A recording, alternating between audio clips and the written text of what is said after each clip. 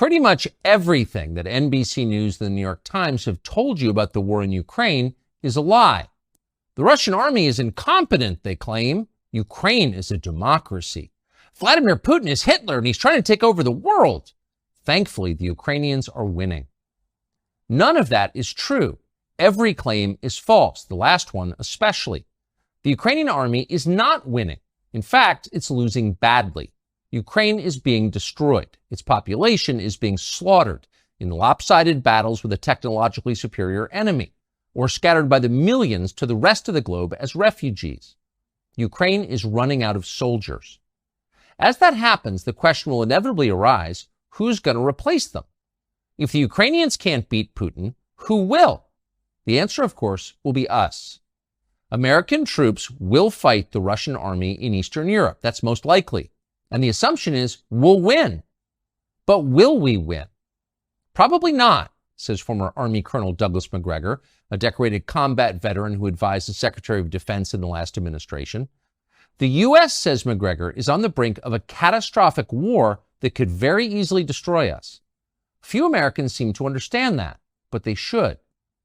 Doug McGregor is now the CEO of Our Country, Our Choice, and we sat down with him recently. This conversation is worth hearing.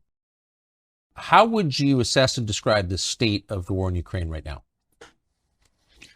That's an important question, and not enough people have good answers at this point.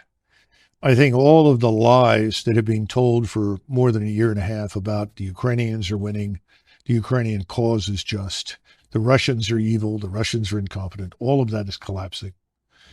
And it's collapsing because what's happening on the battlefield is horrific. The Ukrainians now, we think, have lost 400,000 men killed in battle. We were talking about 350,000 a few months ago.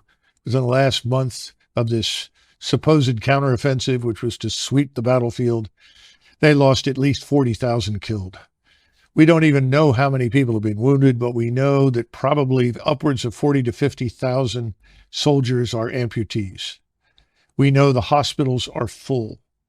And we know that Ukrainian units at the platoon and company level, that's with anywhere from 50 to 150 to 200 men, are in piecemeal fashion surrendering to the Russians. Not because they don't want to fight, it's because they can't fight anymore. They have so many wounded, they can't evacuate them. And commanders are saying, well, if I can't evacuate my wounded, I'm going to surrender because otherwise the wounded will die. And so they call the Russians, and they all speak Russian, and tell them on the radio, look, I've got 50, 60 wounded here. I'm going to surrender because I don't want them to be killed. And the Russians from the very beginning have always treated the Ukrainian soldiers very fairly and very gently. And so they know they're not going to be abused or mistreated. They know they can actually be exchanged for Russian prisoners in the future. So they've surrendered.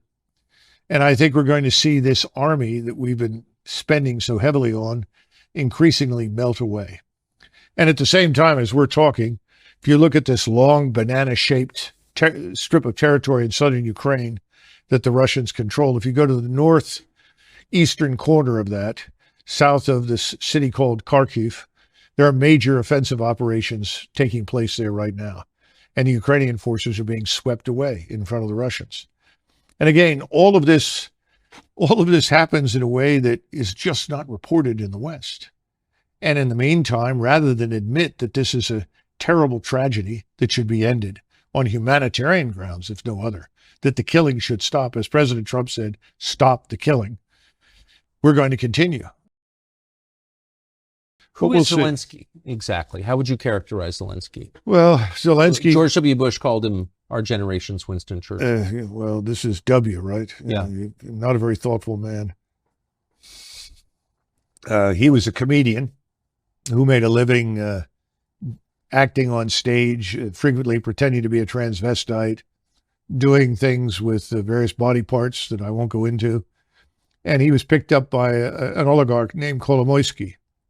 Kolomoisky is the individual who's probably more responsible than anybody else for funding this atrocity we call the Azov Regiment that runs around with the swastikas and Nazi gear and so forth.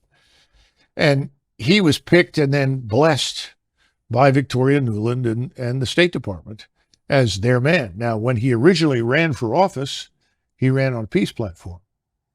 And he was overwhelmingly elected across the country because he said, if I am elected as your president, I will make peace with Russia. Ukrainians didn't want to go to war with Russia. They were looking for a way out of this and a resolution to the crisis. Of course, once he was in there, he took a different road. And I can't help but think that that road was defined for him by us. Who is Victoria Nuland? Oh, goodness gracious. All these hard questions. I do not know Victoria Nuland personally. I know Fred Kagan, and his brother Bob is married to her.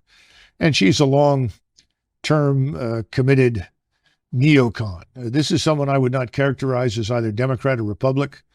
These are people with this agenda, and the agenda says until the entire world is garrisoned by U.S. forces and is converted forcibly to some form of democracy that we approve of, the world will not be safe, and we must continue to fight.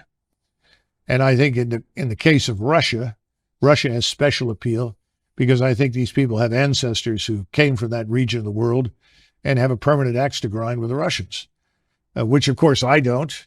I don't think most Americans do, and nor do I think anybody in government should shape policy based on whatever unhappiness their ancestors, experienced in a place like Russia. So that's a nutshell, but I think that's enough. And wherever she goes, usually there is conflict, crisis, and fighting. And she's a strong opponent of fighting to the last Ukrainian. Does she, do you think, have relevant experience that would qualify her to be in charge of this war? Well, obviously she does. But, it's sort of like asking somebody who has never snaked a drain or replaced a garbage disposal to be a plumber. And I think we have a lot of those in Washington. She's not the only one. So, no, I don't think she understands the gravity of the situation. These are the same people. Tony Blinken is in this with, what's his name? Sullivan I keep mixing up Sullivan with the previous O'Brien, who was in the White House. Not much difference. And Sullivan will all tell you, well, the Russians are weak. The Russian economy is fragile.